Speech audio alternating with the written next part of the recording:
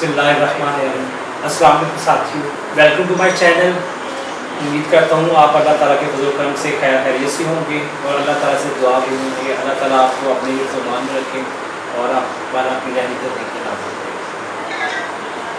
आज हम जिस टॉपिक को डिस्कस करेंगे वो है फैटी लीवर।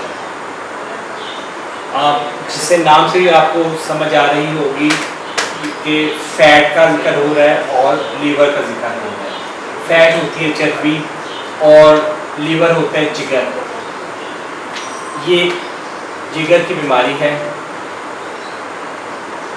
पहले हम इस बीमारी को डिस्कस करने से पहले थोड़ा जिगर के बारे में बात हो जाए, जिगर के स्ट्रक्चर के बारे में, जिगर की इम्यूनिटी के बारे में।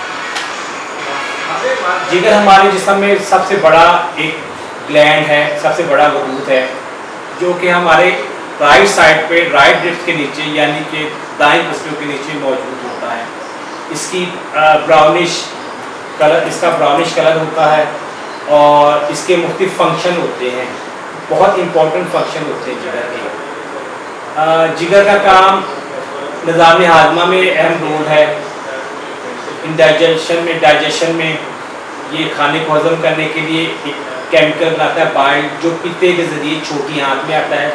जब हमारी खुराक मैदे से निकल कर छोटी आंत डूडिनम में आती है तो पित्ता इस लीवर के केमिकल को ड्रॉपिंग करता है, जिसकी वजह से हमारे खाना जो फूड पार्टिकल्स होते हैं उनमें तोड़ फोड़ होती है। ज़्यादातर फैटी फूड्स की तोड़ फोड़ होती है, जो कि हजम करने के लिए आसानी पैदा होती है जिससे। उसके अलावा जिगर में बहुत से विटामिन प्रोड्यूस होते हैं और कुछ स्टोर होते हैं। इसके अलावा जो हमारी एक्स्ट्रा शुगर होती है वो एक ख़ास किस्म में यानी जिसे ग्लाइकोजन कहते हैं उसकी शक्ल में होती है, स्टोर हो जाती है जिगर में। इसके अलावा जब हमें छोटा सा कट लगता है या नीडल प्रिक होती है तो ब्लड फौरन बंद हो जाता है। उसके लिए क्लॉटिंग फैक्टर चाहिए होते हैं। ये ख़ास किस्म के क्लॉटिंग फैक्टर भी जिगर में पैदा होते हैं। इसके अलावा जिगर में बहुत से जो हमारे खुराक में ब्लड के अंदर जो टॉक्सिन होते हैं वो लीवर डिटॉक्सिफाई करता है उनको। इसलिए बहुत से पॉइजन जैसे इंसेक्ट ने काट दिया या किसी जानवर ने काट दिया वो पॉइजन जाता है, उसको लीवर डिटॉक्सिफाई करता है। इसके अलावा जिगर मेटाबॉलिज्म का बहुत काम करता है। जितनी भी हमारे फूड के टाइम्स होती हैं, कार्बोहाइड्रेट, प्रोटीन, फैट, इन सबको तोड़ फोड़ के बाद जब ब्लड के अंदर एब्जॉर्प्शन होती है तो लीवर में जाने के बाद लीवर के अंदर मुख्तलिफ केमिकल रिएक्शन होती हैं और ये मेटाबॉलिज्म इससे होता है और हमारी बॉडी को एनर्जी मिलती है। अब हम डिटेल से बात करते हैं लीवर की जो बीमारी है, हम जो आज जिक्र कर रहे हैं फैटी लीवर। और ये एक ख़ास बीमारी है जिसमें लीवर के अंदर फैट बढ़ना शुरू हो जाती है और लीवर का साइज में भी चेंजेस आती है। अक्सर लीवर फैट होने के बाद लीवर का साइज इंलार्ज हो जाता है। इसकी कॉजेज में जो मेन कॉजेज है वो दो किस्म की है। एक अल्कोहलिक फैटी लीवर होता है, नंबर 2 नॉन अल्कोहलिक। अल्कोहलिक में जो पेशेंट बहुत एक लंबा अर्सा तक बहुत ज़्यादा एक्सेसिव क्वांटिटी में अल्कोहल यूज़ करते हैं उनमें ये बीमारी पैदा हो जाती है। नॉन अल्कोहलिक कॉज में डायबिटिक है यानी कि शुगर, मोटापा, ओबेसिटी है।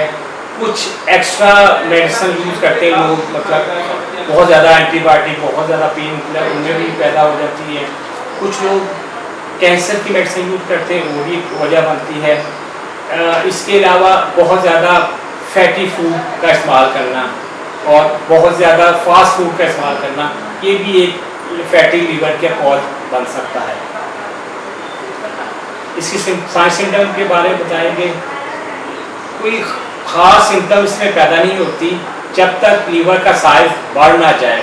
अगर पेशेंट को अर्ली स्टेज में फैटी लीवर हो रहा है तो उसमें ख़ास सिम्टम पैदा नहीं होगी, लेकिन जब लीवर एक अरसे तक फैट बढ़ती रहे और उसका साइज बढ़ जाए तो लीवर में सोरनेस पैदा हो जाती है, यानी कि राइट साइड पे पसलियों के नीचे दर्द होना शुरू हो जाता है, हैवीनेस आती है, कुछ लोगों को जॉन्डिस सिम्टम भी पैदा हो जाती है और कुछ लोगों को लीवर में फाइब्रोसिस आना शुरू हो जाता है, यानी फाइब्रोसिस लीवर का स्ट्रक्चर चेंज होना शुरू हो जाता है।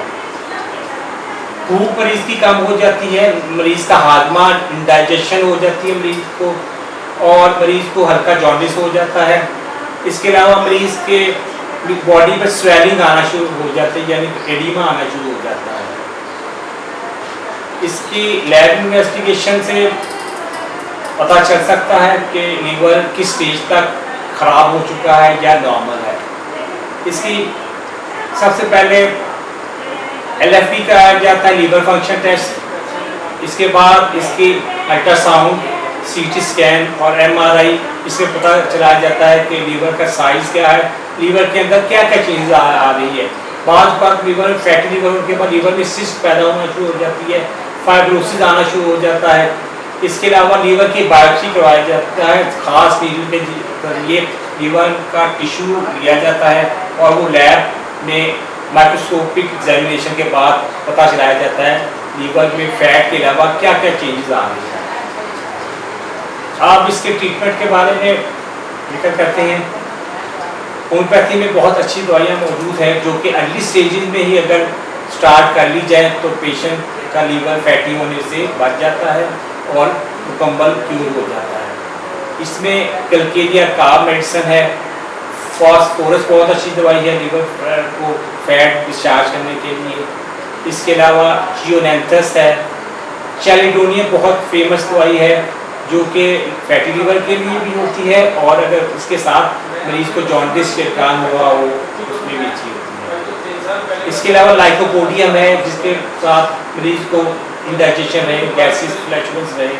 इसके अलावा लेप्टेंड्रा है और मर्सॉल है, कालीबाइक्रोमिका में मेडिसिन है।